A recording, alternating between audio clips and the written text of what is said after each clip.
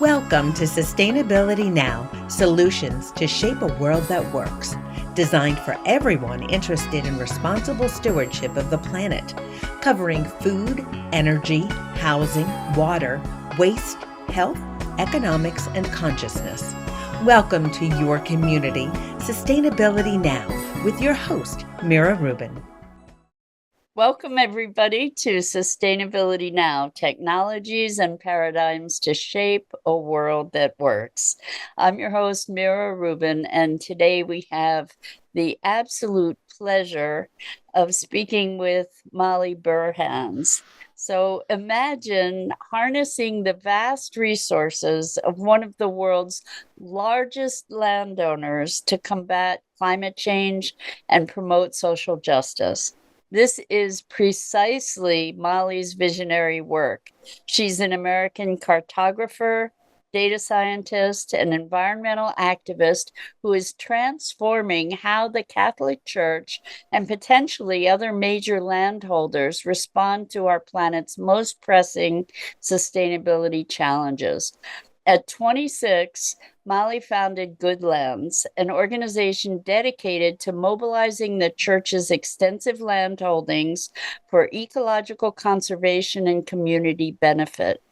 She spearheaded the creation of the first unified digital global map of the Catholic Church, a groundbreaking project unveiled at the Vatican in 2016, which revealed the immense potential for environmental stewardship embedded within the church's properties, estimated to exceed the combined size of France and Spain.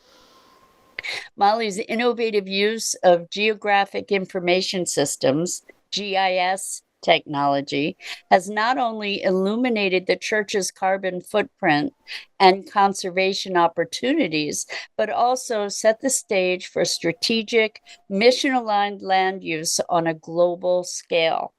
Her extraordinary contributions have earned her numerous accolades, including being named a United Nations Young Champion of the Earth, an Ashoka Fellow, National Geographic Emerging Explorer, Sierra Club Earth Care Laureate, one of Encyclopedia Britannica's 20 under 40 Shapers of the Future, and many more.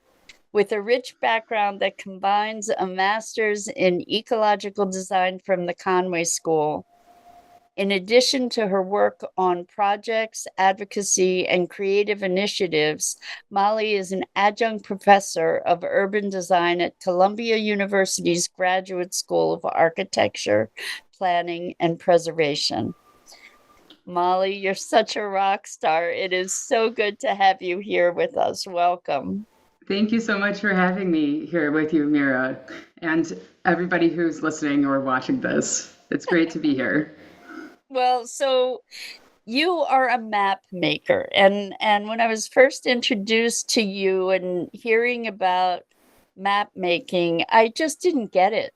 I really didn't get what's such an important thing about making maps. How are you going to change the world by making maps? Because I had this notion of a map as a flat, printed, geographic boundary sort of thing. And as I did a bit more research on you, I started to understand that what a map actually is a way to visually see many layers of data. And I would love to explore that a bit with you, particularly maybe if we start with the Pollinator Project, which sort of got you on your path to cartography. So can you tell us a bit about that and the dimensions of information that you were able to coordinate and investigate through this process? Wow, that is taking me way back, the Pollinator Project. Yeah, I guess the first thing I'd love to touch on is what is a map? Exactly. Right?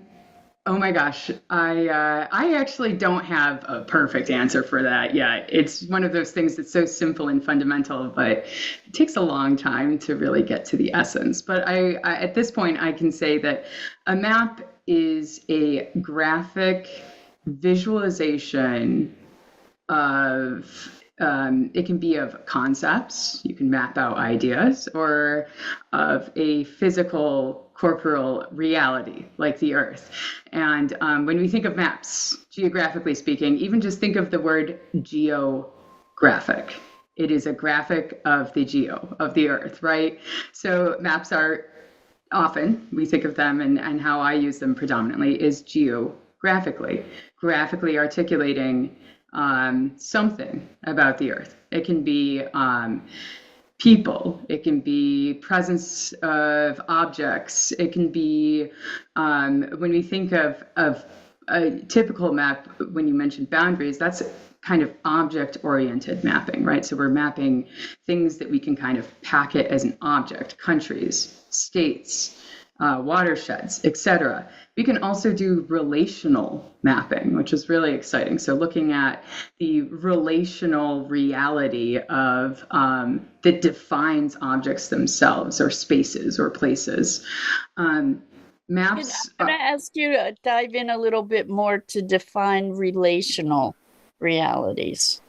Yeah. So when we think about, I love how heady this conversation is getting so fast, by the way. So when we think about, like in data management, we have what are called object-oriented databases and relational databases, or relational ontologies, or object-oriented ontologies sometimes too. So what big words there. What does that actually mean? So one way to look at the world, and we could say from the geographic perspective and things in it, is to look at those things as objects. They're kind of freestanding, independent features, right? A relational perspective is to look at these features as interdependent, and that understanding and even defining anything is dependent on its relational configurations with other features of the same class or different classes, you know. You're talking about systems.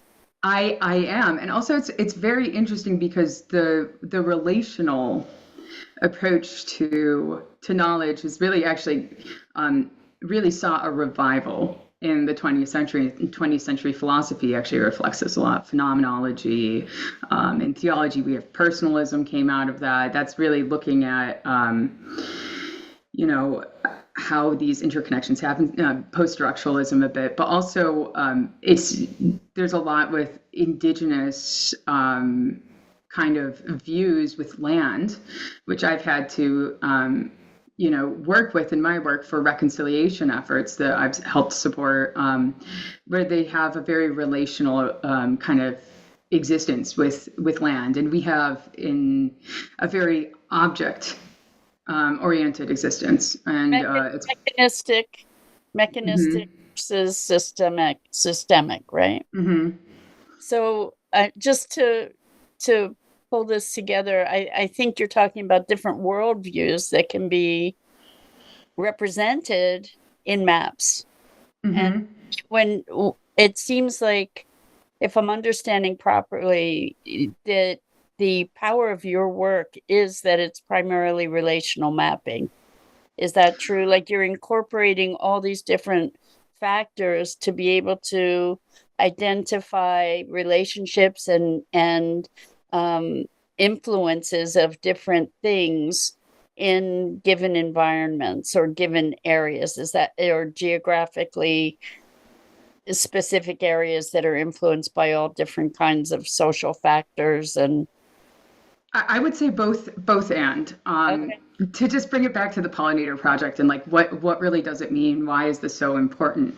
You know, why is it powerful at all in the first place? Is let's use an example of we're gonna try to identify the counties in, we're gonna say New York, where there's the most brownfield cleanup sites needed, right? And you want to make a plan to clean up as much of these sites as possible and do a budget and coordinate it. A map is really just critical for that. There's a couple ways we can think of, and I'm going to explain why in a minute, how we can think of maps. One is as a blueprint. On a little bit larger scale than a building blueprint, you could technically consider, I think, a blueprint a map. So you wouldn't build a skyscraper without architectural drawings, engineering blueprints. Well, let me just interrupt for a second, because I think what you're speaking to is our traditional relationship to what a map is. It's like you need to know what the places are. You need to know the locations and the geography, the relationships in distance and all of those things. That's what we typically understand as a map. Mm-hmm. But the thing that made this so rich a conversation for me with you is that you added all kinds of other dimensions to that. Yeah, so that's only the way that we think about maps. This, like you said, this is what people they typically think of this blueprint, and you can use it to get from point A to point B, to build something new, to inform decision making. But there's a whole nother world of maps that is leaving out, and that is looking at maps like a gigantic calculator, pretty much. A way to actually sift through information. There's also a dimension of maps that is a gigantic storytelling piece that can be incredibly powerful in ways that if you didn't, have the geographic out there and the visuals would be really not telling the whole story and getting to people in an accessible way. Like going back to the example with brownfield sites, if I were to give you a list, like an Excel spreadsheet of county brownfield site, it's just going through that, your brain's just going to numb out at a certain point. I mean, for most people, I'm not speaking for everyone potentially, but like that's really, it'll be helpful, but it's going to be slow, difficult to really see the patterns. Whereas if you have that on a map, you can all of a sudden take in an entire database of information that would have just been rows, right? And you can see it all at once. Now, I'm going to jump back to the Portland Pollinator Project.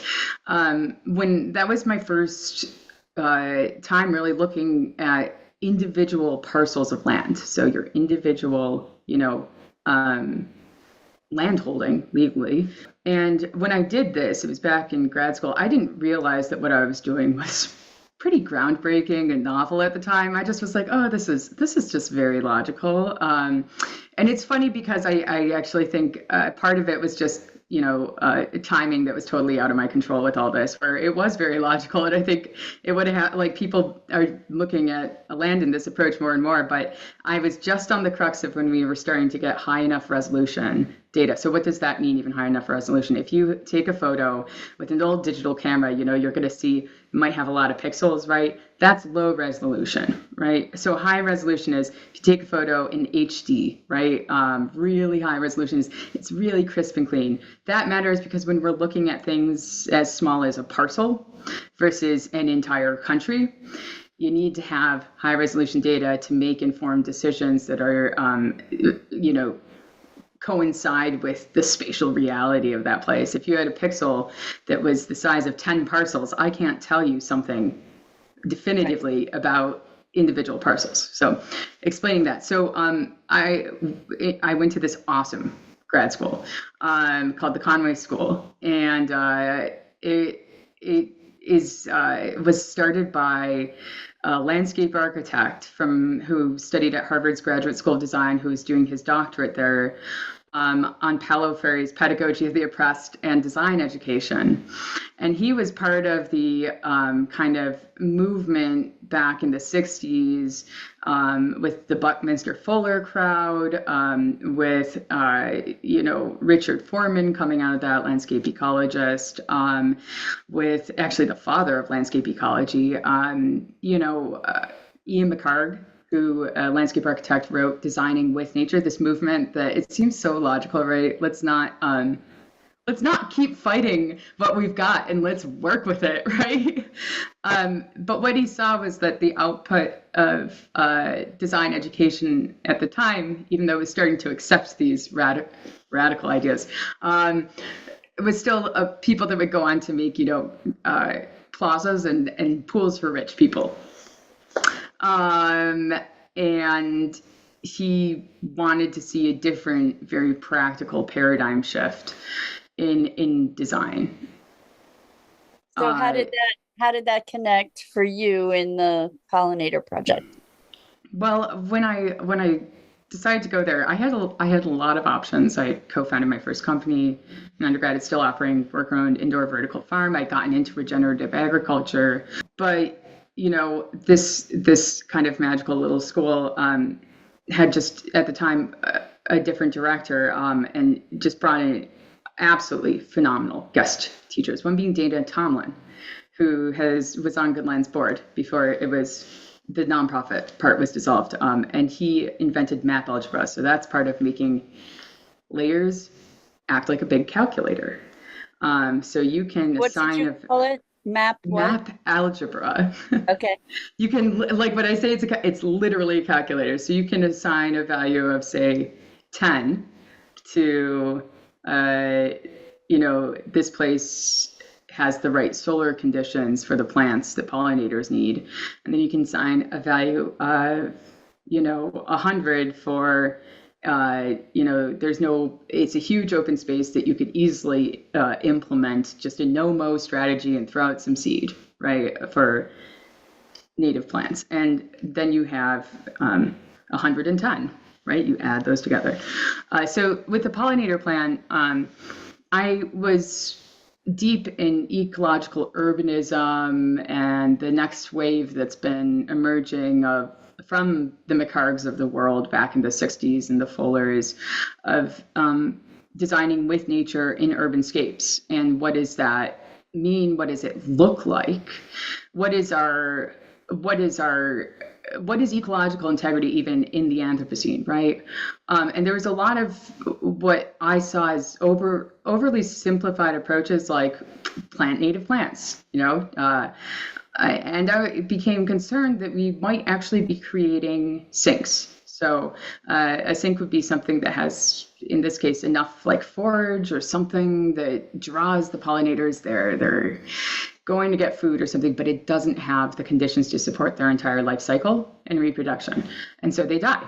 And it actually could be creating harm to do these things in a way that isn't, more informed.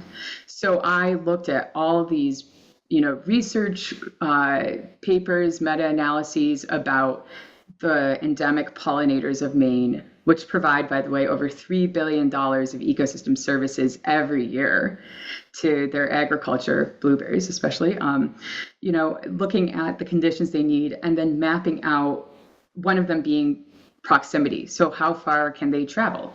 Are we going to put them in a sink and then they can't, with no way in or out, what's going to happen, right? And so with this kind of algorithmic approach, and I'm not going to go too into it, but I was able to find where you could have contiguous corridors for pollinator habitat through the city using individual parcels. And with the data of the parcels, I have everyone's name, the name of the owner of the address, residence, and you have the address. So you could actually automate even printing out things, sending it to these people, the landholders, and, getting at scale, scientifically grounded, solutions. This is just an example with pollinators. Like what? So you'd reach out to the landowners and say, hey, are you interested in maybe planting these plants to help this corridor, or what would your outreach look like? Yeah, so it could vary. And I do want to quickly put a little disclosure that analysis, the pollinator one, was my first one, looking at parcels, over 30,000 parcels in this way. And people find it impressive, but I think the analysis could definitely be improved if I had more time back then. So critiques welcome. Trust me, I have them myself. So what would be a strategy? Reaching out to people. Mailing, I would say doing, surveys, even going out door to door. So that project was done for the pollinator for the Wild Seed Project, which is a local and advocacy project in Portland. But the project was also then referenced and used by the city itself. So when we think about like urban, planning with regards to say native plants or pollinators, there's a lot that can make a huge impact with public partners are critical. Public spaces, using those, it's the sides of highways, using, areas of parks that aren't, designated for common use that requires lawn, et cetera. My kind of big insight and drive with this was looking at non-state actors, non-public actors, private actors, right? Whether that's an individual landholder or whether it's a NGO or even a university, something that, the urban planning can't really touch significantly only with legislation, right? And I guess part of it, wow, talk about timing for this comment. Part of it was born out of some cynicism and disappointment with the lack of climate action and ecosystems restoration being done by governmental entities, and wondering, who else can we really engage at scale? Because we need to, my gosh, or we're in trouble, right? So it sounds like this is actually a good segue into your stroke of genius around engaging the church. So how did that transition happen? In college, I hadn't gone to church since I was 13. My family wasn't really practicing religion at all at that point. Actually, quite, I think very justly and rightly, pretty disgusted with it in general. We'd had Spotlight come out growing up. We'd seen, some of the best people, kindest people we knew from the gay community be, just shunned and told they were bad humans, there's a woman being, just dismissed in their capabilities and competencies. I get it, actually. I get why people are so negative towards religion. But I did have kind of this come to Jesus moment, you could say, when I was working in a science lab studying aging theory. And I love biology, but it is epistemologically just the most mind-bending area of science for me, because it's not as hard as chemistry or physics, right? It's not all mathematic, axiomatized, rule-based. There's still a lot of lingering stuff, especially in the natural sciences and landscape ecology. Yeah, so biology is both very visual, right? You can understand systems of the body, organs, organisms, communities, and ecology. Visually, you need that. It's also it has these remnants from the early natural sciences that are kind of like poetry almost, right? How do you describe a landscape? It's not just this hard science like physics. Life is ineffable in its essence, right? Exactly. And so I was very unsatisfied with that. And I wanted it to be hard science. And I just went down this wormhole thinking about aging theory, which is what I was studying in the lab. And I hit this point where I was just oh my gosh, what if we could cure cancer? What if we could actually stop aging? What if we could live forever? And it was just Personally, I want to weigh in to say I think that would be a horror show. It would be very good for change to occur if we lived forever. It's funny. Well, as a Christian, I do believe in eternal life, but in our corporeal form, let's just put it. Yeah. So that question, though, really, led me to one answer, which was the only reason I could see anyone would want to live forever. The only would be love. And it's also the only reason actually why I'd want to live tomorrow. Right? Beautiful.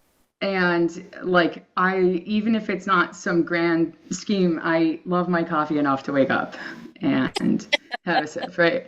Or there's hope embedded in that too, if you don't feel the love in a moment of life, which happens to all of us.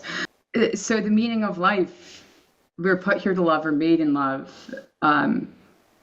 Wow, that was like the first time I ever had any sort of satisfactory answer. And God is love to me. God is love. And in the state of the world and things, like, I mess up. Like, I'm not going to meet the standard of loving my neighbor as I would want to. And like, I would have to go live in a cave. Like, I can't even go to the grocery store, right, and buy something without causing harm. Really. Like, I can work really, really hard to understand how I'm participating in broken supply chains and systems. But at the end of the day, it's either going to a cave and then I'm not being with people, right? Like, it just stinks. Like, we have so many broken systems in this world, right? So that's kind of why I'm a Christian in a way. And I think a lot of people see that, like, a lot of people who, hold that title as a free pass to mess up and be a jerk. I'm not saying that, like, oh, that allows me to participate in this harmful system. It allows me to just not, like, existentially implode, right? Like, so that's my little apologetic for anyone who's, like, horrified by my claim of that, but it's really important for me. And beyond that, so the meaning of life being love, and my whole paradigm of existence kind of shifted after that to, okay, so how do I do this? And I met these really cool nuns. Really a lot cool. Of people would say, wait a second. I know. Let me tell you, I was actually down in Erie. Incidents, right? For some people. These nuns, like, wear Hawaiian shirts and get rival gang members to bake bread together. Oh man! Wow. One of them actually last month was with Liz Cheney. They filled up a 4,000 seat convention center, advocating for not getting, who we now have as our incoming president, for the poor, especially, and the vulnerable and the oppressed. So these nuns are pretty awesome. There's a lot of awesome nuns, peace activists, a bunch of them. And they like do the Jesus thing, really. Like, they're with the poorest and the most vulnerable and the most, shunned of society. And they aren't doing it in a way that's just performative. Like, they are in solidarity. And it's so powerful.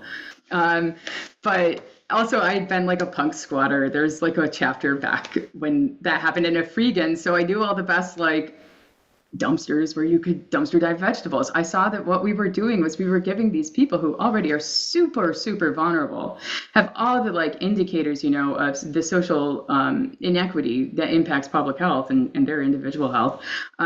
Everything's working against them. And we're giving them, like, over-processed, sugar-laden foods in the soup kitchen, right? And so that's where, like, things really start cogitating about land and justice and food and health and love. And I co-founded my first company, which is still operating in Buffalo. It's worker owned. So what that means for people unfamiliar is, in, like, a public company that's traded on the stock market, the shareholders own the company. In a private company, private holder owns the company, right? In worker owned, the workers own the shares, right? So they get the dividends and stuff, which is super cool. What's the company?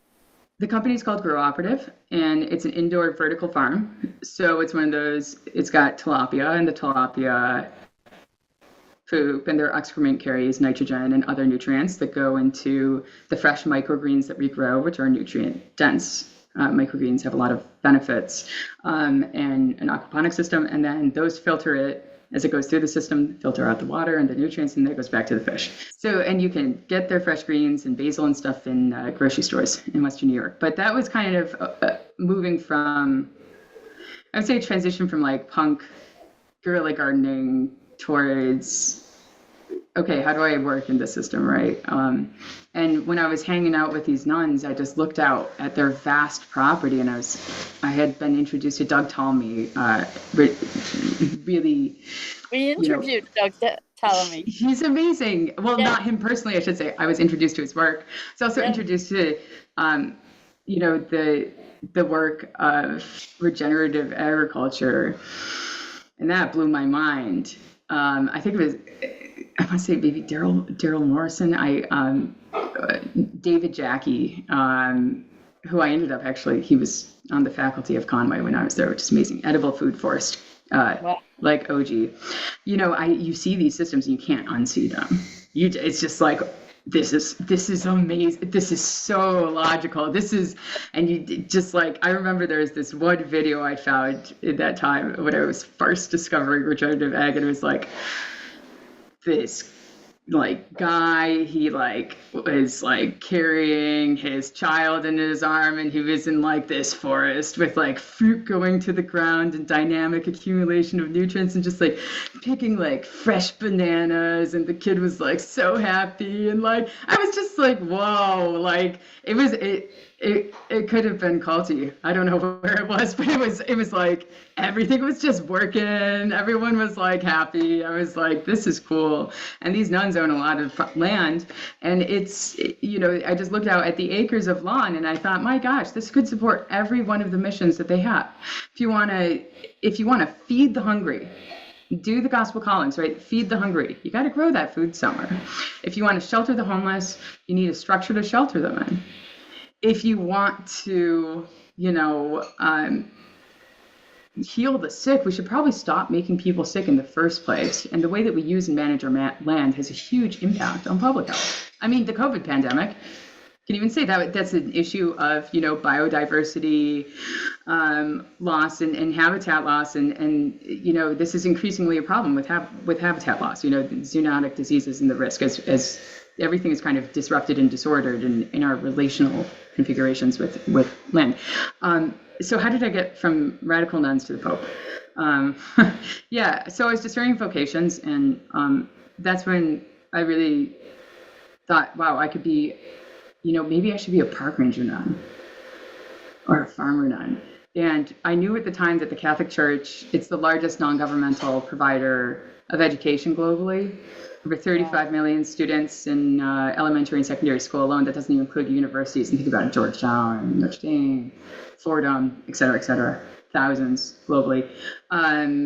It's also the largest network of healthcare in the world is Catholic health. It's over 26% of healthcare facilities globally are Catholic.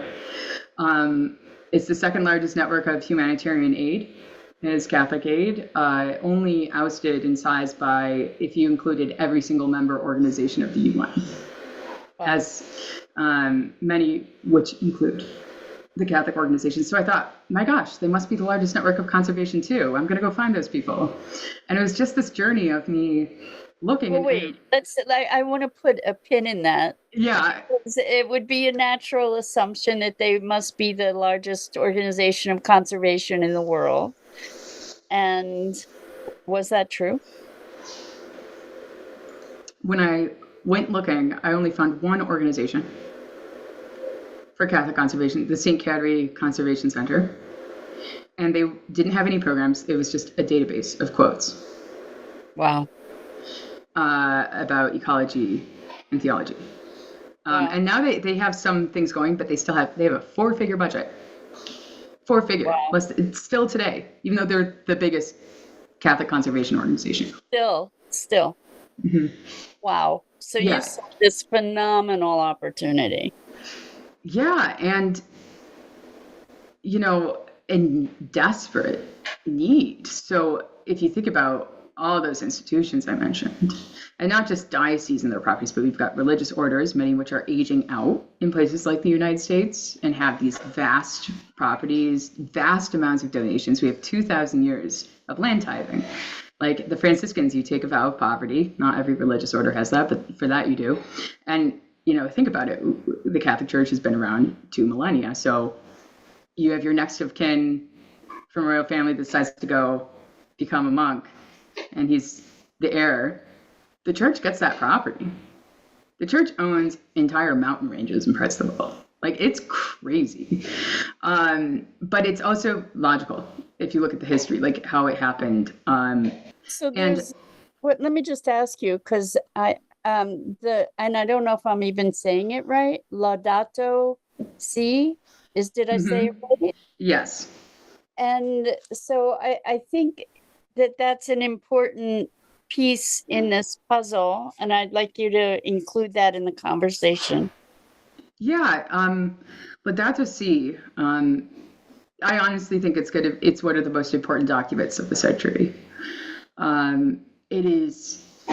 It doesn't matter what your spirituality or paradigm of cosmology is, that document rocks. It just It's explain what it is. Yeah, so Laudato Si is what's called a cyclical, which is a type of document that the Holy See, the Vatican, releases, papal encyclical. If for most people, I should note, these kinds of documents aren't infallible. Actually, the papal infallibility has only been invoked twice ever in history. Not everything the Pope says is infallible, by the way.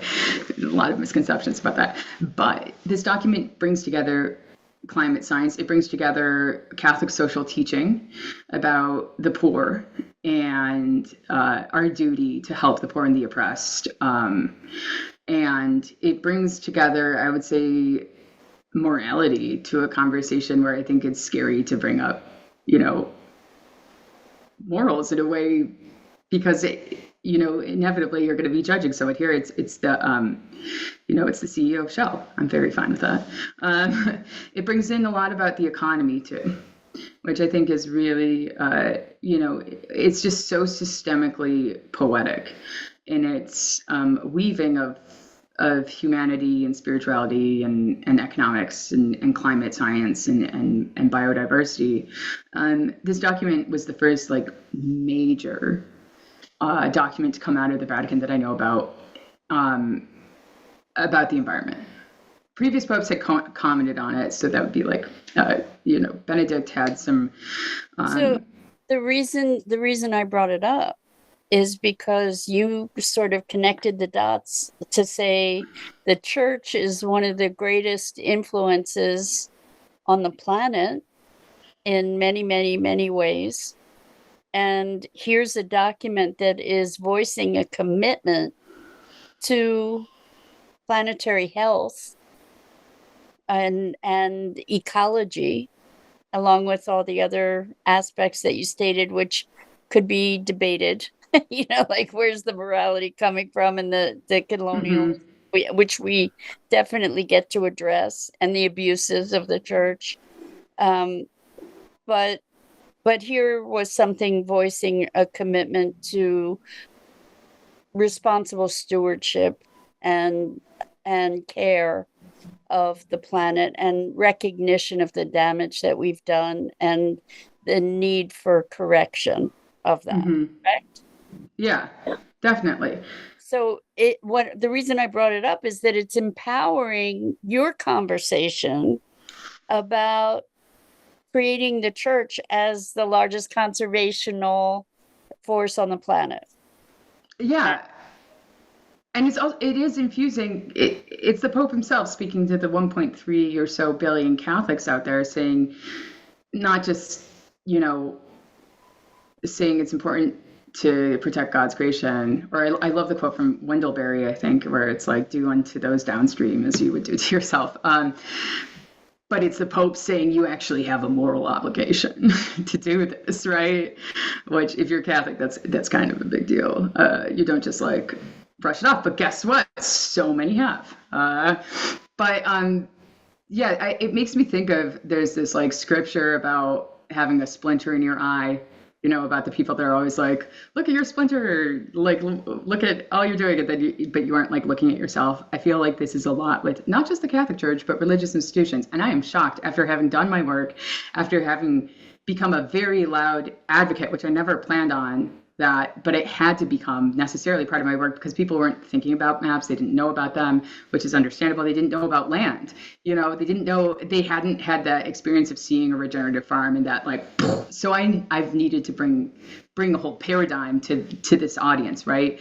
And even environmentalism. I mean, religions and environment, there have been some people, but and even today, people are talking about it more. There's UN Faith for Earth was launched in 2018, but it still is there's still a gap, between that and other sectorial players in the climate space. So the thing in the eye, though, this is I was at the UN General Assembly for some events around faith and climate, and they're incredibly important, but incredibly frustrating. I think the important part, UN is a gigantic bureaucracy, is even just having a room with all the countries, leaders invited, small countries, big ones. That is, even if nothing gets done.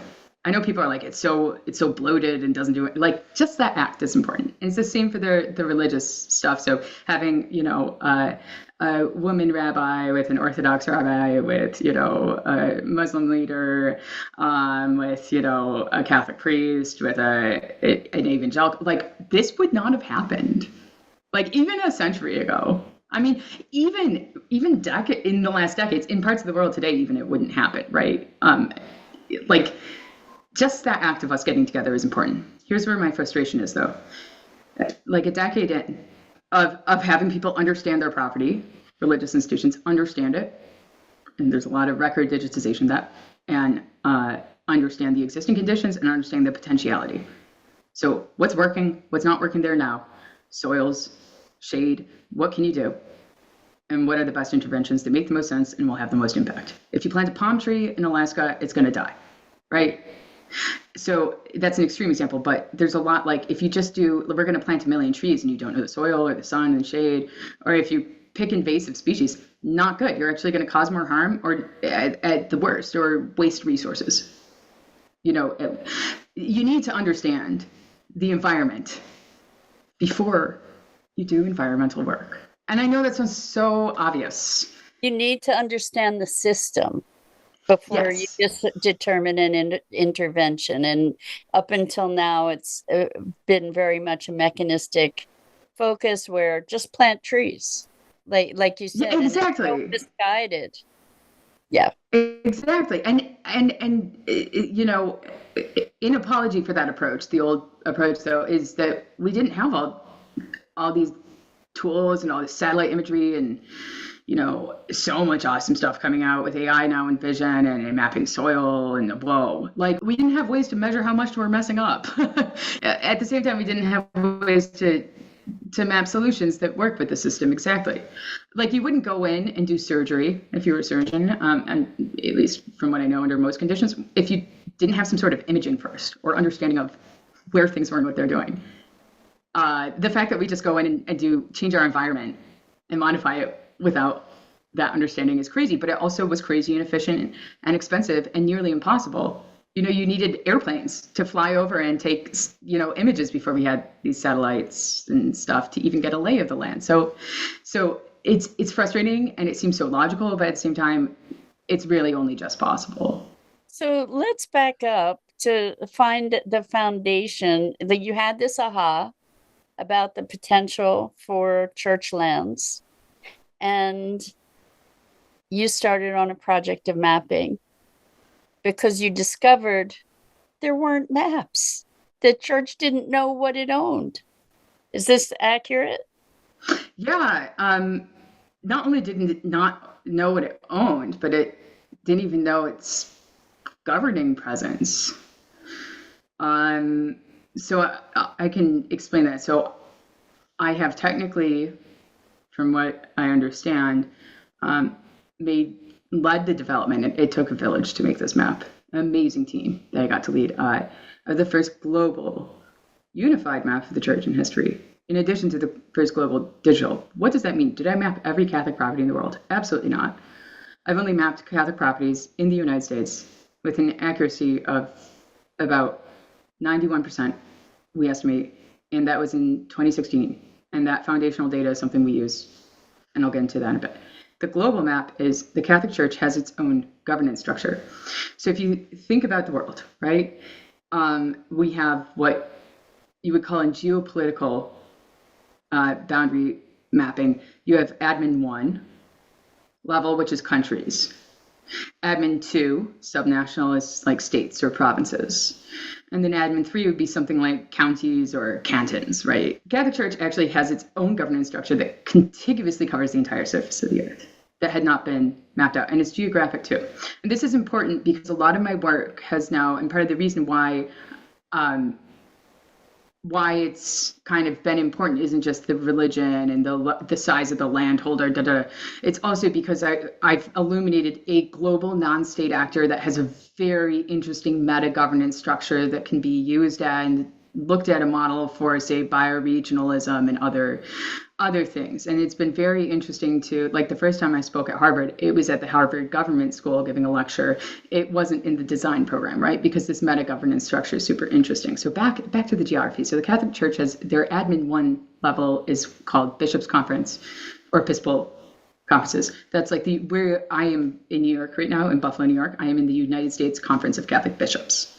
The level below that, admin 2, is called provinces. The level below that is what I'm going to call dioceses, but there's a lot of different types. So there's archdioceses, like the Archdiocese of New York City, or there's just plain old dioceses, or there's also mission states, mission surioris, all these.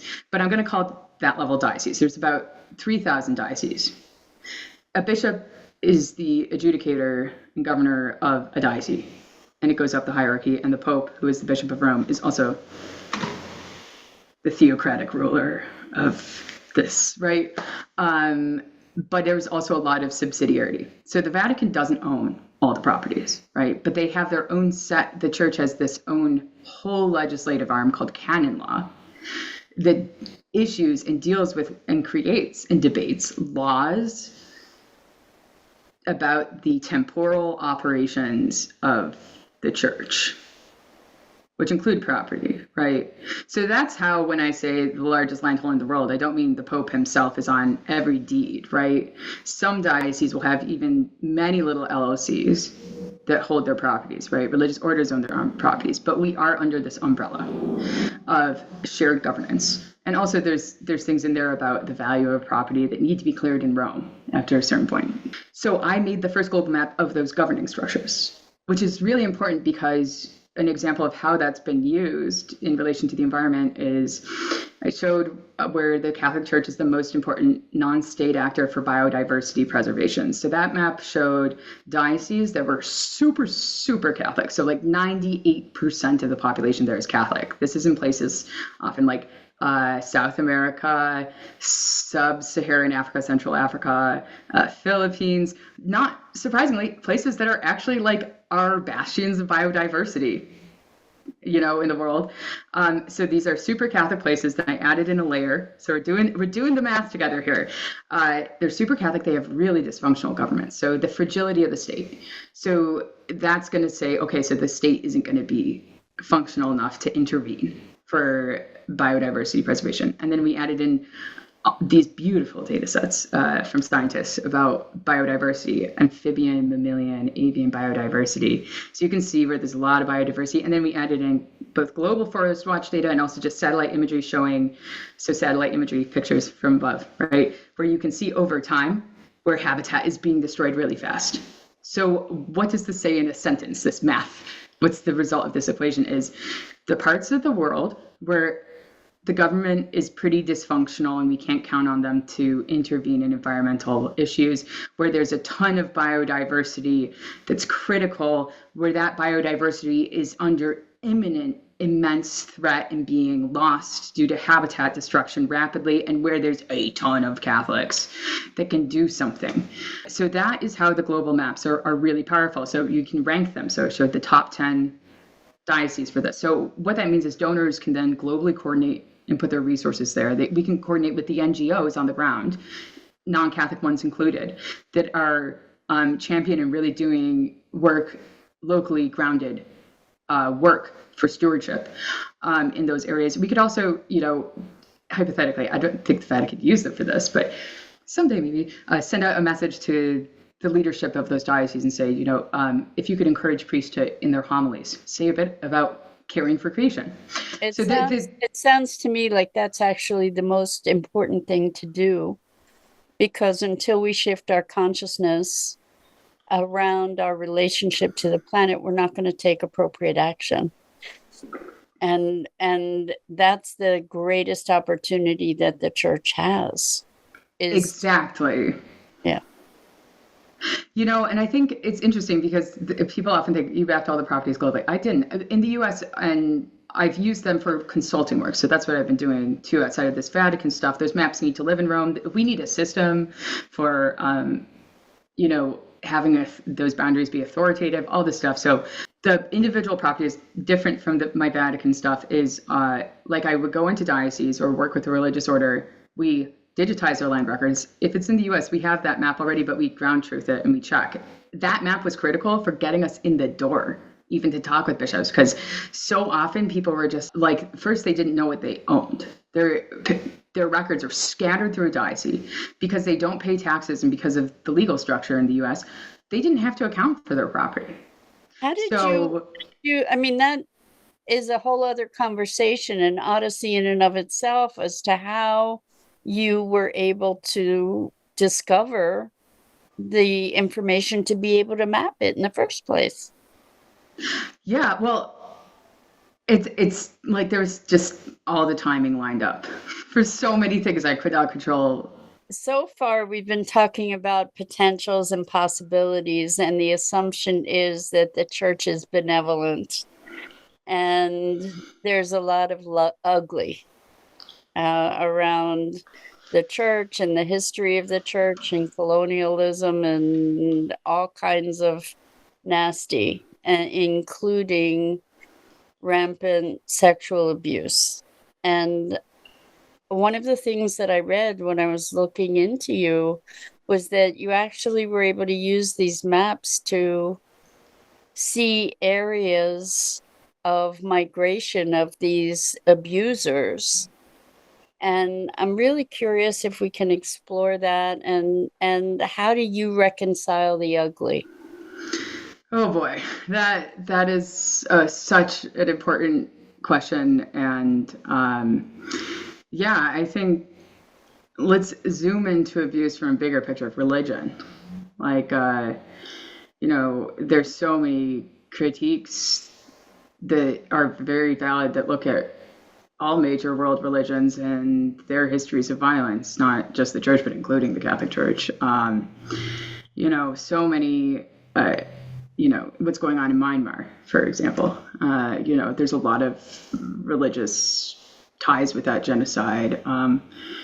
And I think it's definitely, it's hard to make to be in a paradigm of religion. So why do I do it at all? I think is a very valid question, right?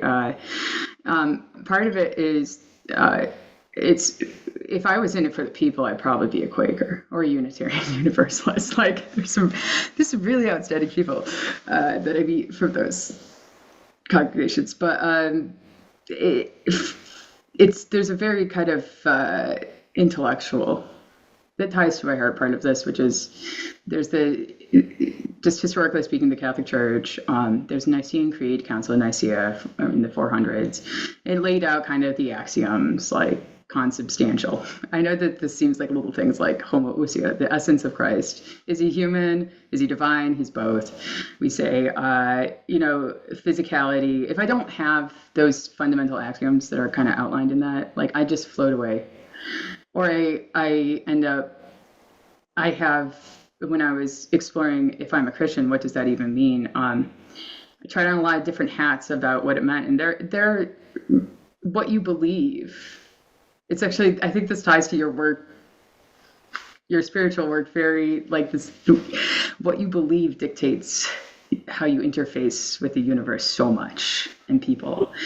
And there are a lot of beliefs under Christianity that I found harmed that interface. One being like prosperity gospel type stuff, right?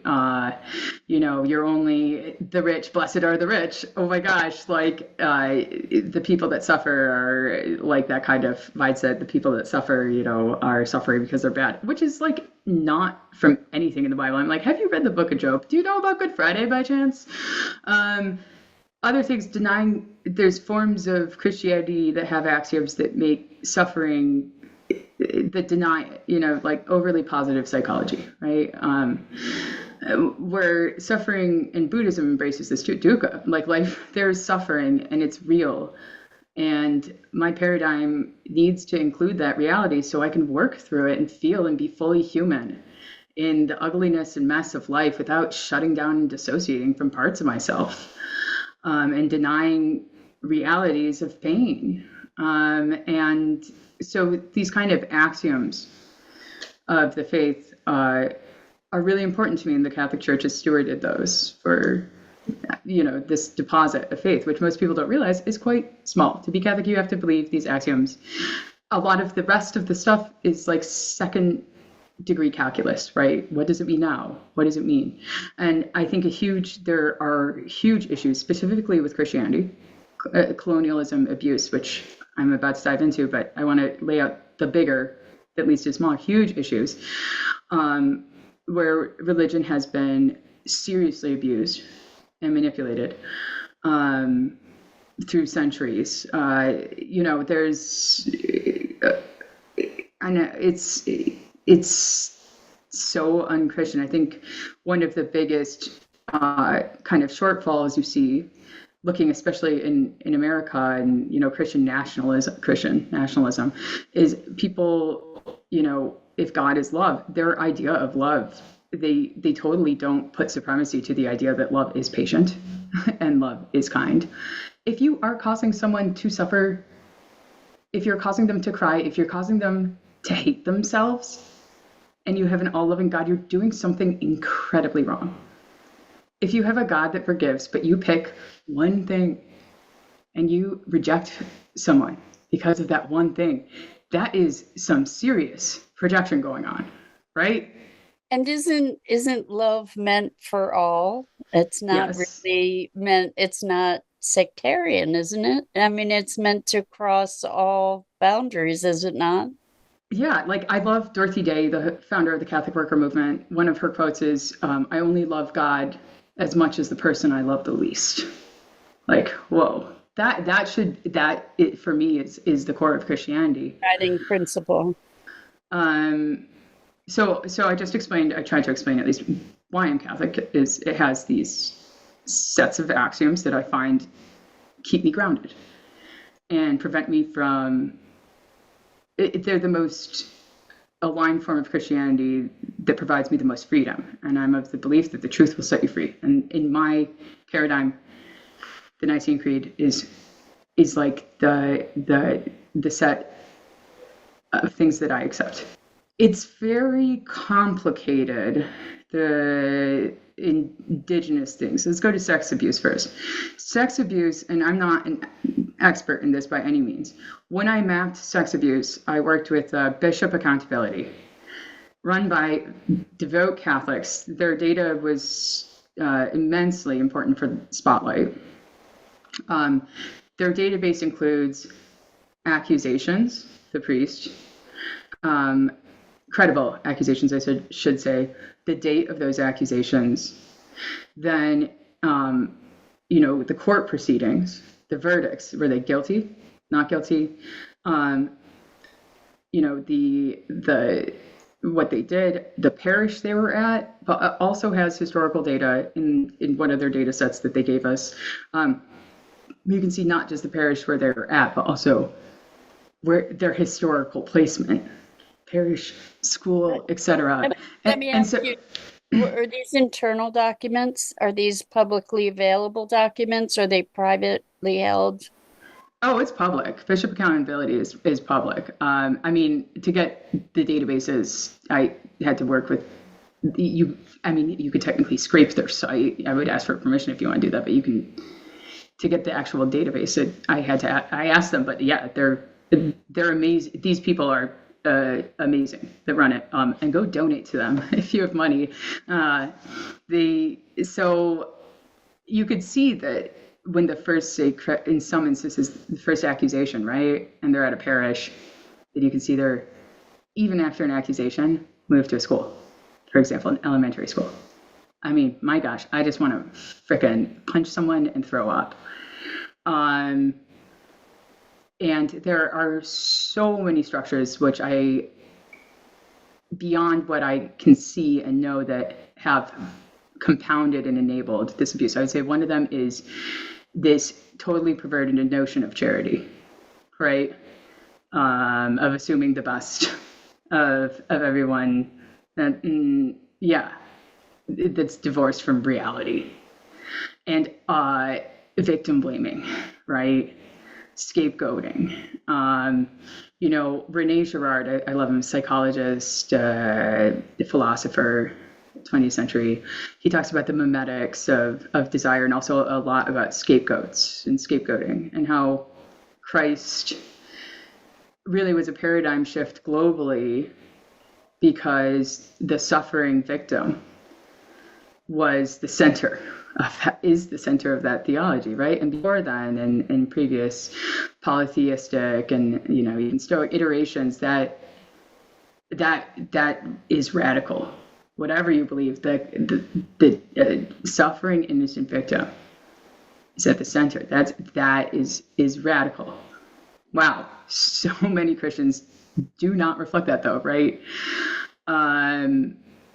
So I think that there's really, really spiritually warped notions of that powerful people with power issues, right? That's so much of sex abuse and spiritual abuse is about power for people. So what were you able to expose through these maps around the abuse? It was one of those, how I mentioned earlier, the difference between looking at a spreadsheet and seeing an animation of this horror unfolding. It just visualizes and articulates the atrocity even more. And how is that useful, though? I think is another question. Is there is an extraordinary synod, so this is like a big meeting of bishops globally in Rome on abuse. I think it was in 2018, and I made a map for that, which showed the Episcopal conferences. It showed the number of seminarians, women religious, and a rough estimation of youth. And we showed where safeguarding measures had been implemented. Like in the United States, we implemented the Dallas Charter, was a big thing that the bishops adopted. And since then, abuse cases have gone down incredibly in the church to almost zero. Still, one is way too many, right? But so we showed these are only situations that are reported or discovered, and we can imagine that there's vast numbers of unreported incidents, I would imagine. Oh yeah, there are bishops from Africa, for example, that say, "Oh, well, this is a Western problem; it doesn't happen here." And so we could show where implementing these measures would immediately, effectively cover and safeguard the most individuals under the church that were vulnerable. And I include seminarians in that, as well as women religious. It's not just kids that have been the scourge of this crisis. They're the most vulnerable, and it's the most horrific. But seminarians, especially gay seminarians, so I think that's just another thing that led to abuse. So we can map out and we can see where the most people can be protected by safeguarding measures, and where because resources are limited, unfortunately, where these resources need to be pushed fastest. So maps are critical for that issue. I mean, so police departments, maps are GIS is a tool that they use to track crime, to where do they put resources, to see patterns and trends. And the church needs to see this, because there's clusters of abuse, just like there's clusters of crime, other crimes, right? And often it's people covering up for each other and crazy stuff like that, right? So you could see on a map clusters of police abuse, for example. So I just want to address the indigenous abuses before we get back around to. So indigenous and atrocities and colonization. The church is not a monolith. I want to start by saying this, because this is crazy what I've seen on the ground with this work. So I worked with a religious order in Canada and First Nations. And in one of my classes at Columbia on creating typologies for reconciliation with their property. So often we hear land back, right, is a big thing. And the solutions we need are much more nuanced. than that. Like that needs to be part of the conversation. What I learned speaking with, listening with First Nation communities, and this order was some of the lands that the order had acquired. Like this is itself was because one of the a priest in the area was a critical human rights defender during the height of colonization. They were also preserving language, indigenous culture. They were defending the human rights of and dignity of these people. Who were they defending them against? Not even just another priest of the church, but another priest of his same religious order that was killing them and wanted to destroy everything. So it is like talk about a dysfunctional family. Crazy. What do you think about that? So I think the narrative in the big picture that most people have is church bad, indigenous good, right? And victims. And the reality is when you zoom in a bit, it is, and I'm not dismissing the church bad part with this, but it's really a lot more complicated than that. And it depends on where you are in the world too, and there's a lot of different things. I'll get to that in a moment though, but I want to talk about Canada first. So we had the unmarked graves, right? We're being dug up of children. We have clear evidence of just serious psychological, emotional, physical, sexual abuse that was ongoing in these communities. No amount of resources can repair for that. But we need to do best we can, same for the sex abuse scandal, right? There's no amount of money that can fix it, but they deserve as much as we can help them with, right? So there's another Ashoka fellow who's amazing. We didn't work with him on this specific project, but I'd love to in the future, who is from the First Nations, and he is a chef and does regenerative indigenous agriculture that restores landscapes, employs people, also provides fresh, healthy food. So addressing the health inequalities in these communities as well. What you need is you need a plan, often with the community, with the people that aren't being listened to in the community itself, to make sure, that they benefit and their voices are heard. Not further employ the patriarchal colonization mentality of we know best what's good for you. Yeah. But to engage the people themselves in their elevation. And maps are amazing because they allow everyone to then sit at a table, and have a real conversation. Without a map, it's hard to find common ground. So in talking about that map, it's like I think it's important also to talk about what are the layers, what are the dimensions of that map that people are looking at. And actually this brings me into, and I don't want to leave this conversation incomplete. And I also want to address that the church's holdings include things like oil wells, include things that are destructive to the planet, like overtly, aggressively destructive. I imagine mines of different sorts, etc. So I when you're talking about these indigenous related maps, what kind of information is there that is exposing another perspective? Yeah. So I'm going to bring this back to, you have to see land, right? So having the legal parcels of land is really important in areas of the world where that data exists, or that's the paradigm that they look at things. So the OG version, of land back, the original land back was really actually about government land. And what that is about broken treaties, illegally broken treaties, where tribes were promised land, and that promise was never met. And that makes a lot of sense. That is, a treaty that has been broken. And so that is the original battle call of land back is not everyone, quick, give your house away, give everything away, to your local tribe. That's impossible. Unfortunately, bad things have happened and we cannot go back in time, right? So our maps, for example, showed the religious order's property. We then layered on, based on local tribes. We couldn't do this for every tribe. There's so many different communities in Canada. We had a map of tribes first, so we could see who intersected where with property. For a number of these, we looked at their beliefs around what makes a site sacred, or if they already had sacred sites locally. So is it, the confluence of two rivers can hold a certain degree of sacredness in many tribal communities we found.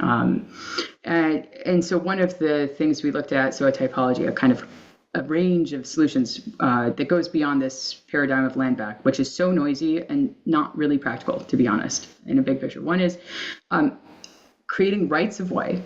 So not like public, but specific legal agreements that give access to sacred sites on a property for these communities. Another thing is selling the property and making money and just giving them the money.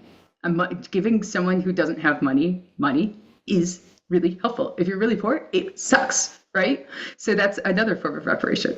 That's important. When we mapped, we looked at which properties, say, were near brownfields or really polluted or had really degraded soils. And weren't in use because some of these properties the religious order uses to house the homeless, in a place where they would be on the streets without it. So don't want to get rid of that, right? If it has really bad soil, that's going to be terrible if you just give this degraded, unusable piece of land as part of your reconciliation, right? There's a lot better things you could do with that, right? So make sure that in the property transactions that you're planning on doing, if that's part of your solution of reconciliation, you don't, you give them the land that they need the most. That's part of the dialogue too. What do they need? What would help them, right? Is it just hopefully according to them, not according to a patriarchal church? That's exactly. Yeah. Exactly. So, and making decisions based on what they say they need. Have you ever sat down and asked someone if if it will be repairing if you give them a property in the middle of Manitoba? What are they going to do with it, right? Would it be better if they have cash? So you got to listen to them, right? And then you can make real solutions based on that. There's other things we looked at. Monetization possibilities to further support a fund for money for reconciliation. So that was, we looked at, electric vehicle charging. So we mapped out where existing charging stations are, where there's gaps, where this would be. We looked at, sustainable forestry opportunities. There's a bunch, more beyond this, looked at sustainable ag. That includes the soil. Selling properties and property transactions is resource intensive, legally really intensive. So what's a short term? Also, you can look at things across scales, and maps enable you to make this kind of plan that's informed by the actors involved, that's informed by science, and is informed by how things operate. If you don't have a map, you can't do any of that really. And so another example would be, like I just said, this transition of land, it's really complex. So what could be a short-term lease? Maybe instead of an immediate sale, like a lease of $1, where are there creative opportunities for different structures of land? Well, I just want to ask, are there not forces within the church that are wanting to maintain these land holdings that aren't motivated to do reparations, that are, because it is a common view of the church that it's rapacious and is not interested in serving its foundational principles? As far as the interest, I haven't really met a bishop or a leader that's outright wanting to hold on to properties. Most of them don't even know what they have, right? So that's the first problem, that they don't even know what they have. And once they know what they have, they have responsibility, and that freaks them out. So if we can even get in the door and say it's important to know what you have, then we can show them the financial, social, and environmental potentials of it and make a plan, right? The biggest pushback I've seen, and actually a serious threat even I have faced, is not from the Catholic leadership, it's from real estate corruption. So there is a lot of property, like in the United States, being sold right now by churches to pay off abuse settlements, right? There's a lot of people, and no one, like bishops don't go through business school. They don't know. Like real estate is sharks. Like the real estate model is get something as cheap as you can. So you get these people that come in and say, oh, you've got this weird pointy roof on this building. Let me take it off your hands. Or I'll give you $1 million cash for this parking lot, right? That is actually an $80 million property in downtown big city. I won't say the big city, right? And a special little dimension of this is canon law. So there is a piece of canon law regarding property of great value, the abandonment of property of great value. I'm not going to go into the minutiae definitions of what this means. The abandonment of property of great value comes with the highest penalty of excommunication, above abortion and murder. So is it enforced? Not often, but so only the Pope can lift that level of excommunication. Big deal. What you have are not only just real estate spectators making bank off of the abuse crisis, which is gross, but it's real estate. I hate to say it that way. That's the business. But you have Catholics, wealthy Catholics, who have the purse strings of, grants in some circumstances, right, that are making bank off of the collapse of their own church, and it is disgusting. And they have an added level of fear about work like mine, right? Because it's not just, it's what this kind of operation is under common law. It's totally legal. Ethically, it's incredibly shitty, but it's legal. But under canon law, oh boy, big trouble, right? So so that's the biggest pushback I've seen, is not surprisingly just the shocking, I don't even know why it still shocks me, corruption of wealthy people. And I think that's part of the reason why we won't see not just Catholic environmentalism and conservation or even reconciliation. We won't see any religion, I think, major world religion that has any sort of structure with a lot of land. We won't see them get conservation funding. I haven't seen any even like drop in the bucket amount of funding going to the faith and environment space. And I think part of it is the people involved that would be funding benefit from us not knowing what we own. Doesn't this contradict the intention of your mission? Like your mission is to have, as far as I heard, to have the church be the greatest conservation force on the planet. Yeah. What would contradict it? That you said you're not seeing conservation funding because there are these forces that are wanting not to have the transparency around it. Oh, absolutely. It's not, I wouldn't say it's even it's challenge. It's the biggest roadblock, right? And anyone in this space, I think, would agree. And there's not a lot of people in this space because there's really not any funding. And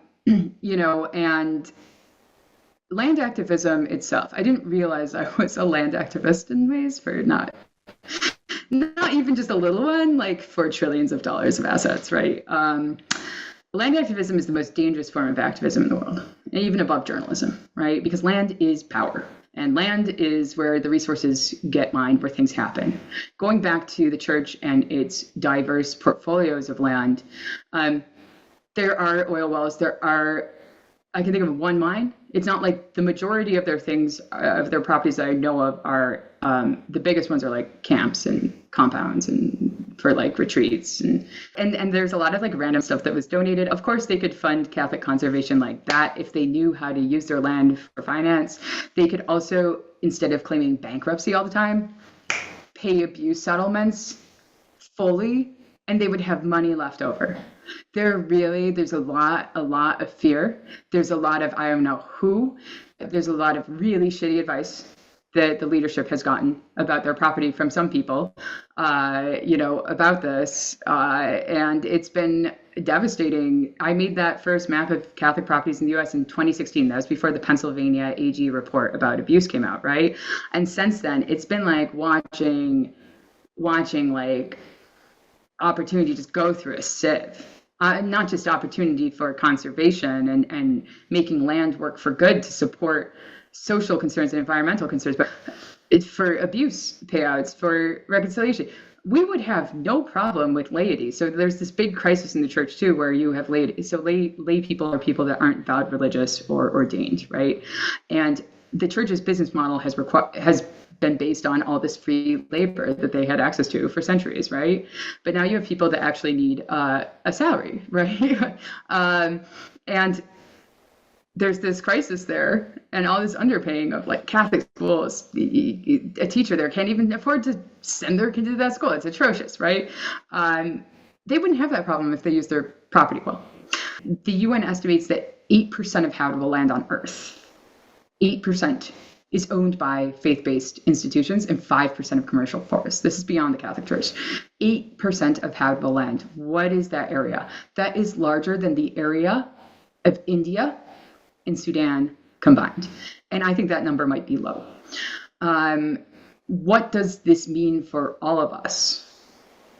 What this means is that if we do not engage religious actors in addressing biodiversity loss, in this crisis we're facing of existential threat, we are not going to address it in time.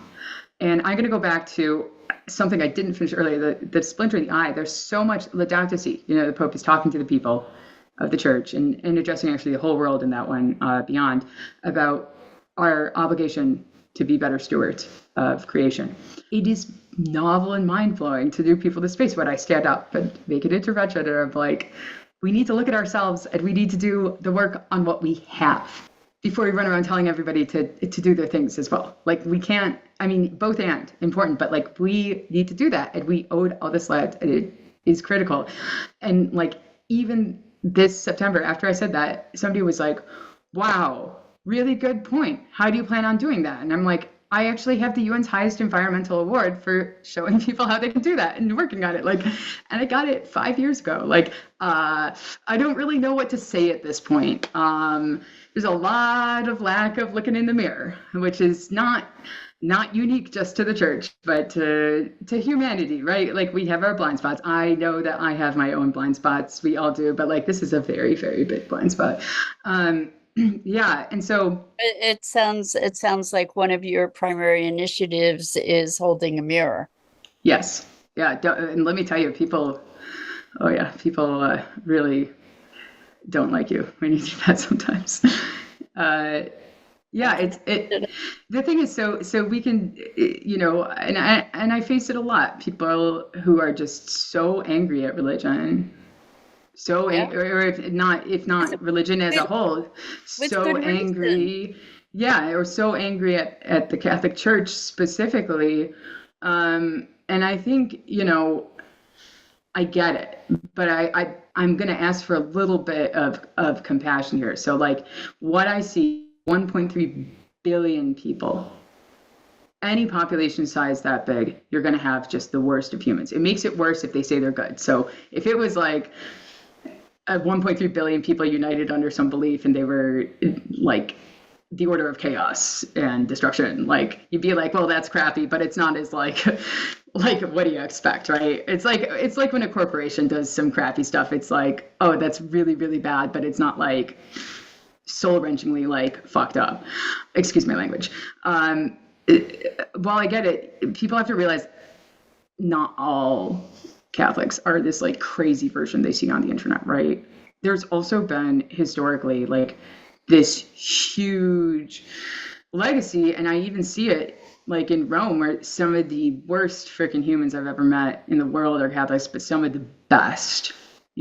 How did we get the largest network of healthcare? Was that from colonialism? No, it was from priests and monks and women religious who, like during the plague, when no one would go near, not just a leper, as in back in the day, but no one would go near someone with the plague, they would go sit and be with people and they would die because we're crazy Christians in that sense. That's sort of like the good crazies, I think, the solidarity of that.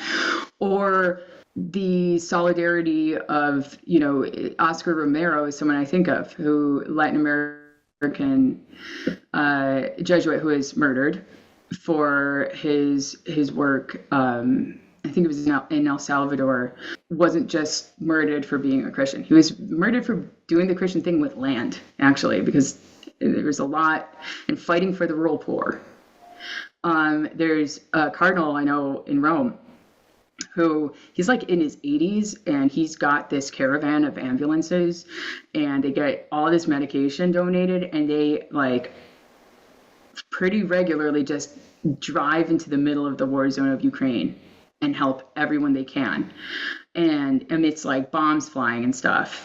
And he also there's a really good article about, he snuck down into the electric infrastructure in Rome and turned on the electricity and water for a building that was squatted by a bunch of migrants that had no place. It's like, so it's this world of extremes. I think people have this monolithic view. And the thing is, like, if I reject my faith because of the bad people, and the horrible shit, like I said, those axioms and the good parts, they're really, really important to me. And if I had that level, that standard, I would reject academia totally.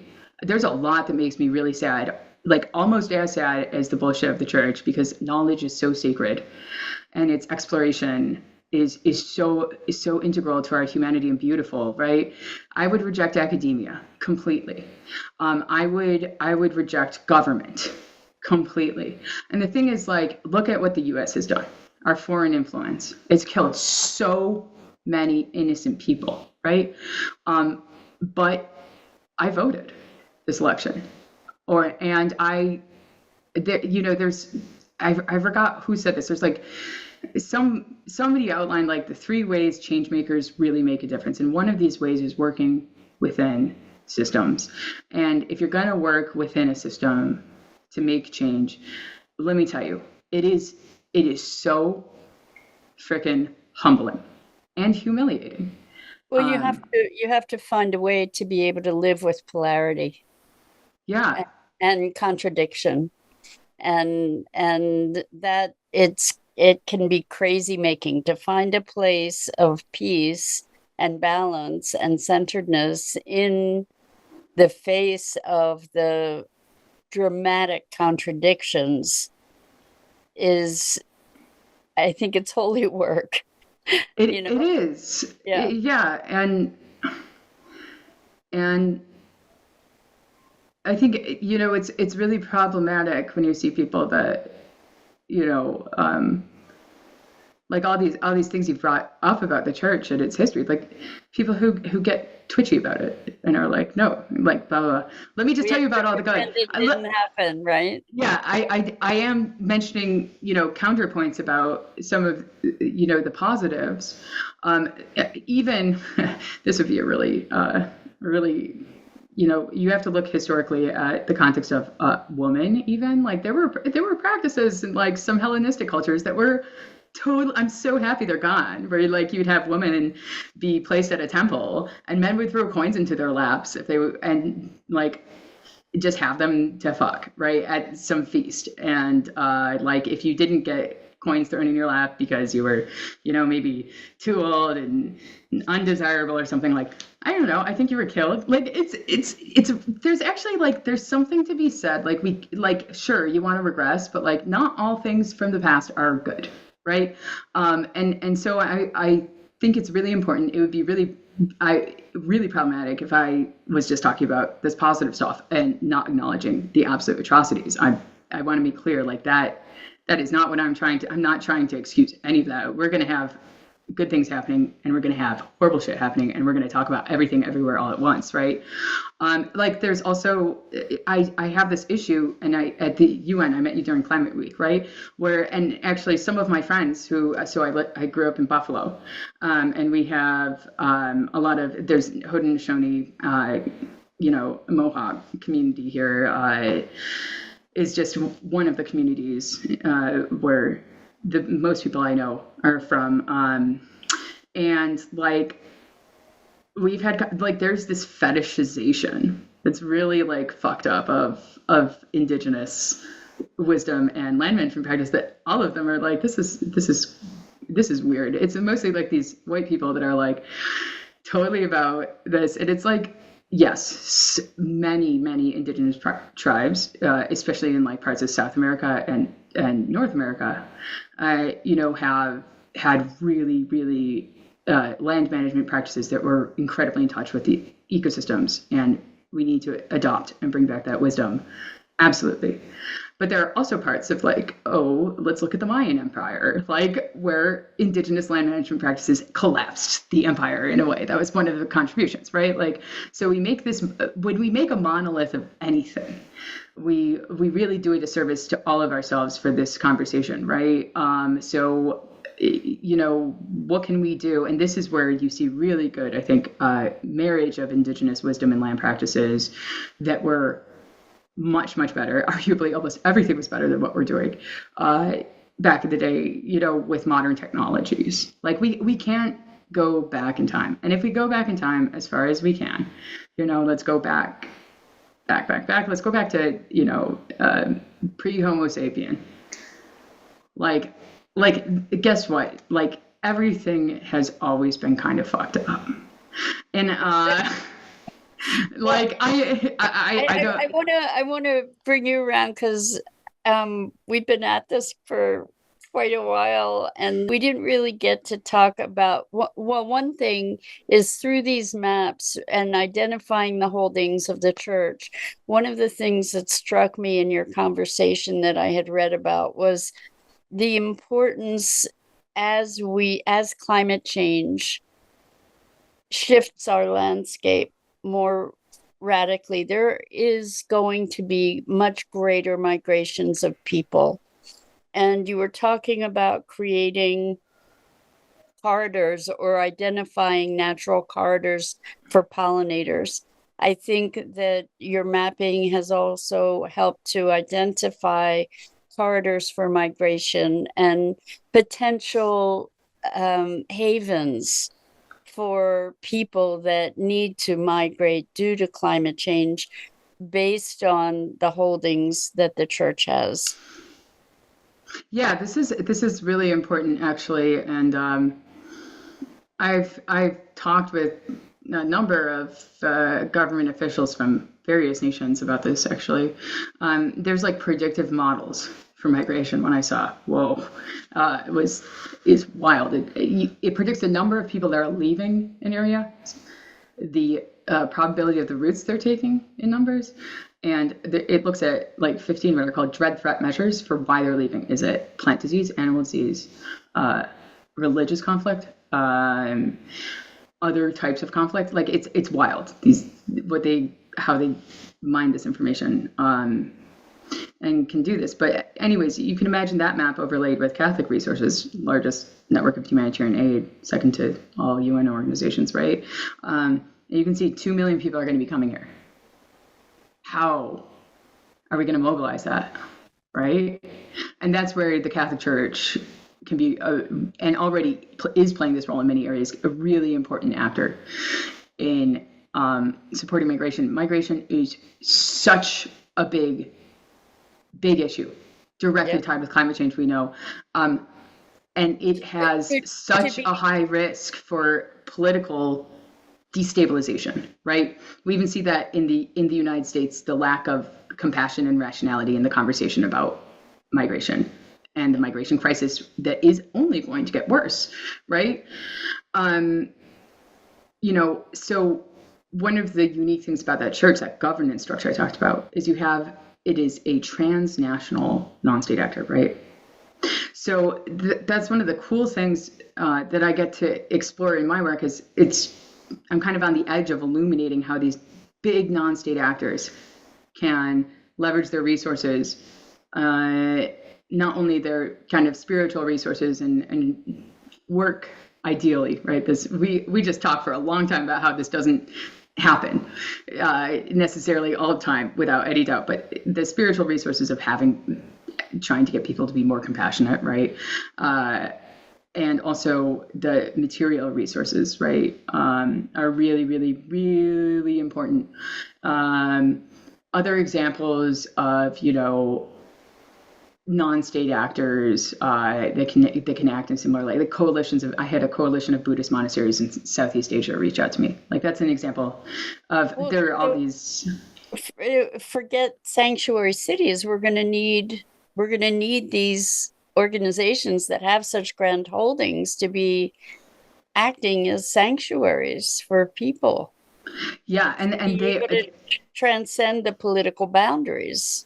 Absolutely. I mean, it's critical. I mean, this is another thing of like, we can have the very real, very important debates about how religions have the harm they've caused, but like at the same time, if we just totally abandon, and I'm talking about all world, meter world, if we just say, okay, I'm not going to engage with that, which we have been doing in the humanitarian environmental sector for way too long, we are missing this actor that like, things are going to work, actually, if we don't figure out how to engage, exactly like what you said, that's already happening. So there's this amazing nun, awesome nun, Sister Norma Pintmill, who works at the border in Brownsville, Texas. And, she has just go watch her TED Talk if you want to cry. She is living that use of her own personal resources, but Catholic resources too, to support migrants in need, right? And she's received death threats. There's been calls online she's part of Catholic Charities down there. I believe the CEO of Catholic Charities in Brownsville, like people have threatened Catholic Charities because of her work. Like it's crazy. And I think, one of the really powerful things that I find in this work myself is the cosmology that I hold and the security it gives me. I think putting yourself in danger intentionally is not good or holy. You shouldn't chase it. If you piss someone off enough that they want to kill you, like you should be concerned for them committing something that is cosmically a high wrong, right? Like you shouldn't ever chase after martyrdom. It's not martyrdom if you do it, right? But at the same time, if you are called and you find yourself with power, visibility, in a position that does require you giving up some security to get things done, and there's no other way, then I personally find a lot of security and safety in my faith from that. And issues like migration are so it's crazy to me, but they're so polarizing and so it's really scary. I think part of it, it's a fear of the other. Exactly. Yeah. It's just so crazy. I agree with you. Very, very crazy. The last thing, well, there are two things. One is how radical it is that you as a woman are establishing this organization in the Vatican, which is absolutely unprecedented. And there's a whole story behind that that's for another time, but can you just give us the highlights of that? Because that's outrageous. It is outrageous. It's impossible. The feeling I get when I actually step back and look at it all. I'm like, there's this like, I don't know, there's some scripture where like Peter, an apostle, Jesus is out on the water and he's like, steps on the water and he's like freaking out. Peter, not Jesus. He's like, oh my gosh, what am I doing here? And he starts sinking and he's like, chill out. Like, you little, like, I feel like I am with that guy on that water being like, what am I doing here? Sometimes, it's huge. It's huge. Even if this negotiation falls through, where I ask them to also financially support it, Hoping not. Send your energy, your prayers, please. I really hope. It's such a drop in the bucket for them. I know. But I think it's interesting because what I'm doing is totally not theological, dogmatic stuff. It's really just like practical tools, like things like that, right? It's very there's no going up against, the tribunal for church teaching with anything I'm doing.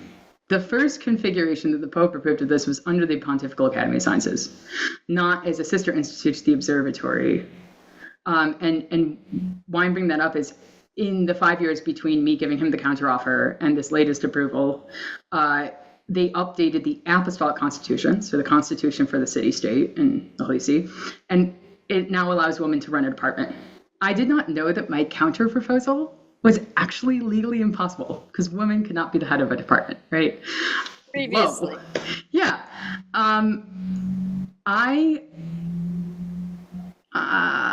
This is definitely one of those like change making from the inside things. It's really hard. And it's strange. Actually, many of the higher level prelates I've dealt with, like Cardinal running, they've been more actually respectful and responsive to me as a woman than like some people in nonprofits that are secular. I mean, which is a shock. But the middle management really hate me. Some of them I found, and there's that, as a woman, there's certain things where like the more and more you become aware, like there's certain.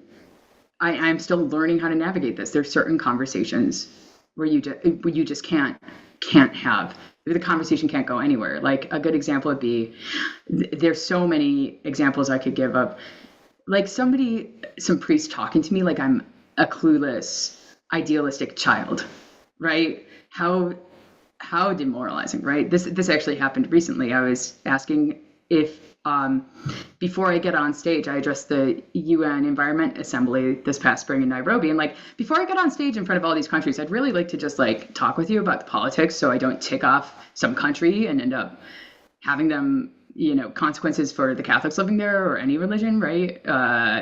Really would like to do that. And so, this priest was just like, so when are you addressing the UN? I was like, really? And then I tried to lay out, I explained, I have this award. It's the first time any faith-based anything got it. So I'm representing not just the church, but all world religions in the environment space. And like, here's my resume of like, literally at this point, the only way I could prove myself more on paper would be to get a frickin' Nobel Prize or MacArthur Fellowship, right? Like I've pretty much like, we've hit the limit and I haven't even been trying to, right? Like these have been given to me. I don't apply for awards at this point really at all. And, then I start laying them out and then the response is to treat me like a show off bragger, right? Like, and I'm using this as an example because I'm sure that so many women can relate to this like the energetic and emotional dialogue of what's happening in this example. Win. So then you're a bragger, and then I am working really hard on gaining like I would say emotional strength, but like, oh man, I need divine intervention to not be like wildly pissed in response at that point, right? To maintain peace and realize that like this person is impossible to engage, right? But the other option, if I don't find that peace and like, okay, not worth my time, I get emotional. Who wouldn't when you're being like gaslit to oblivion, right? And so you get emotional and you're all of a sudden hysterical. It's a losing battle. I don't know. I'm trying to figure out as a woman just in this entire world with that kind of, that's just one example, we could probably we could map out, I bet we could map out like the power dynamics and emotional dynamics of like the different iterations of not just misogyny, but racism or microaggressions and ableism, right? Like there are these like that would be fascinating.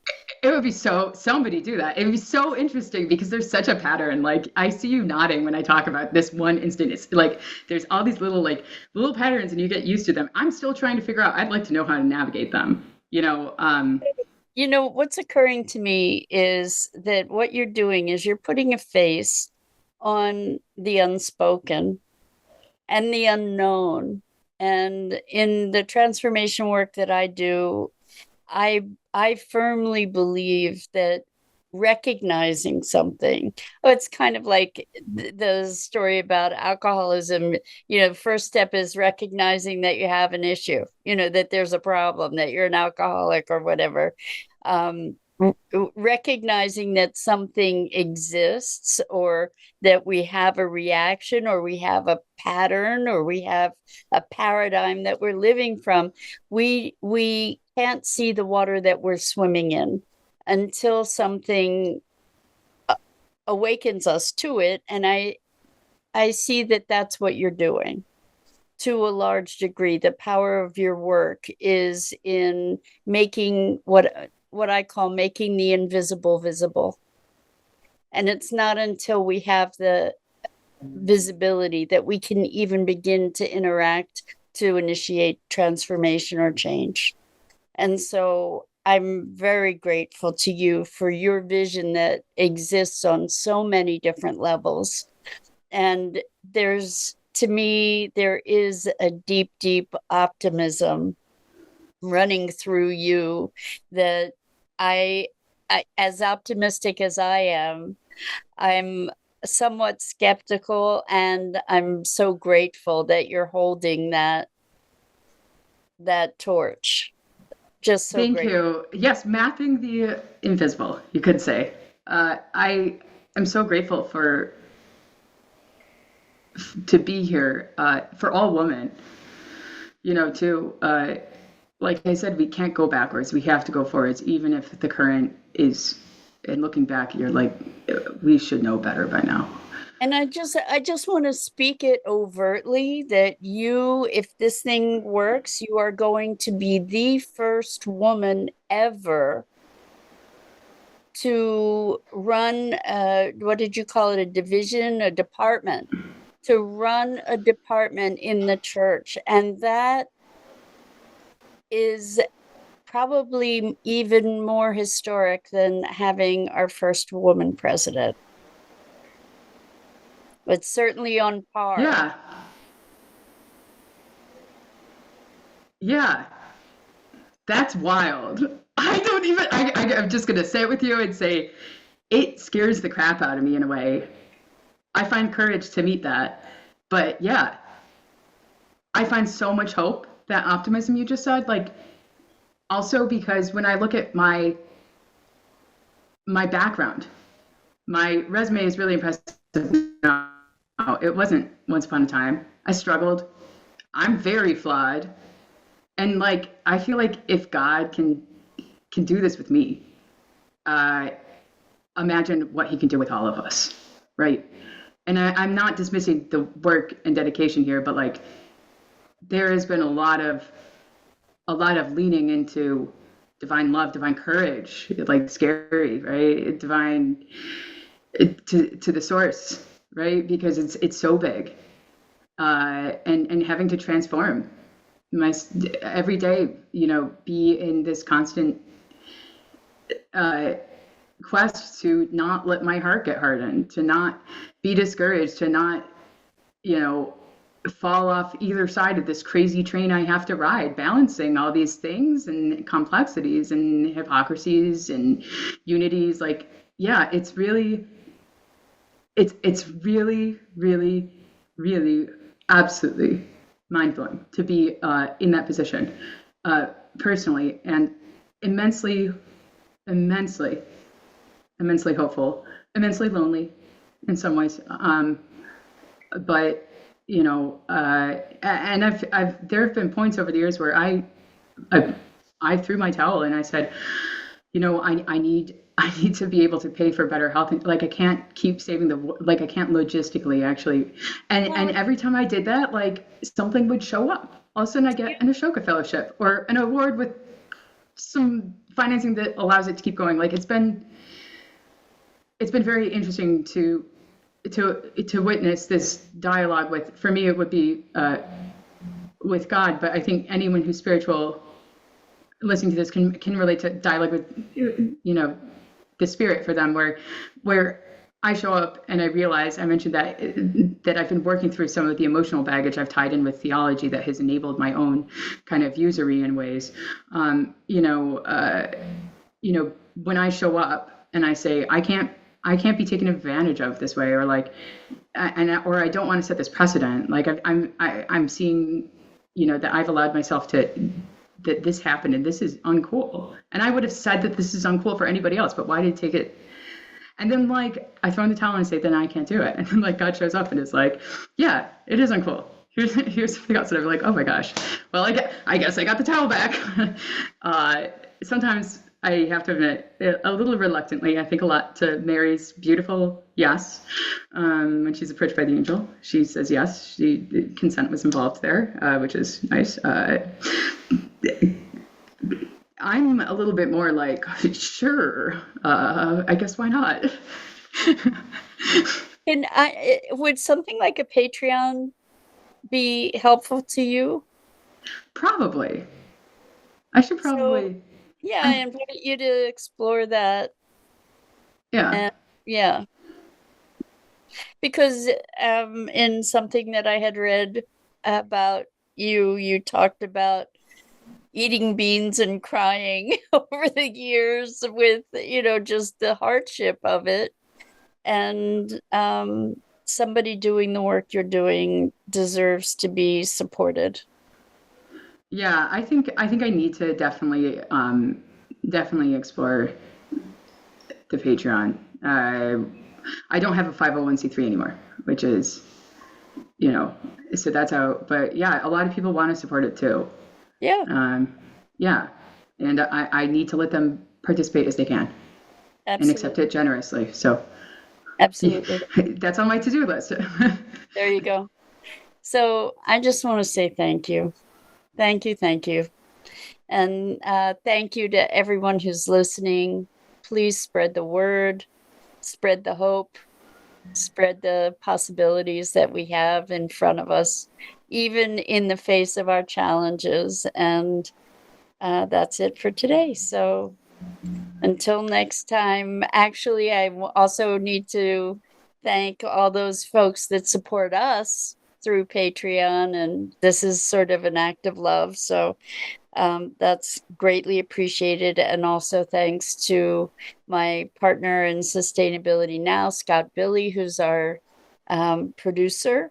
And until next time, love the world around you, live your best life, and together we can save the world. Thank you for listening to Sustainability Now. Visit sustainabilitynow.global to find resources related to today's program. While you're there, pledge your support by making a contribution to help us shape a world that works. And remember to subscribe, share, and follow us on social media.